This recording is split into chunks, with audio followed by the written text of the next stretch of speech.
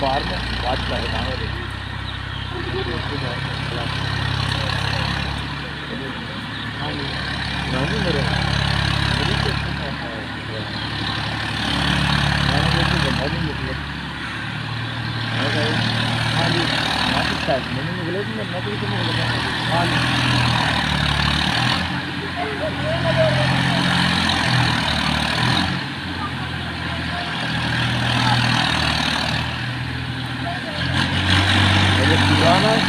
नहीं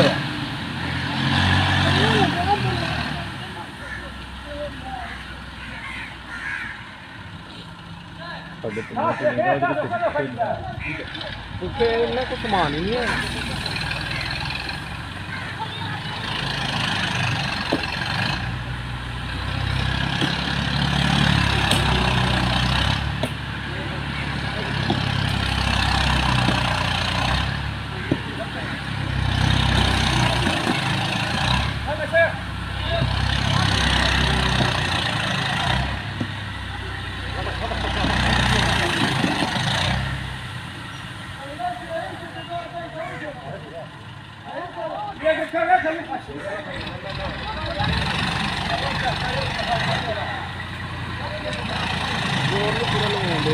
माड़ा तोड़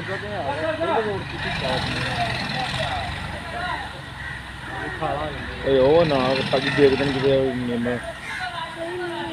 नहीं कटते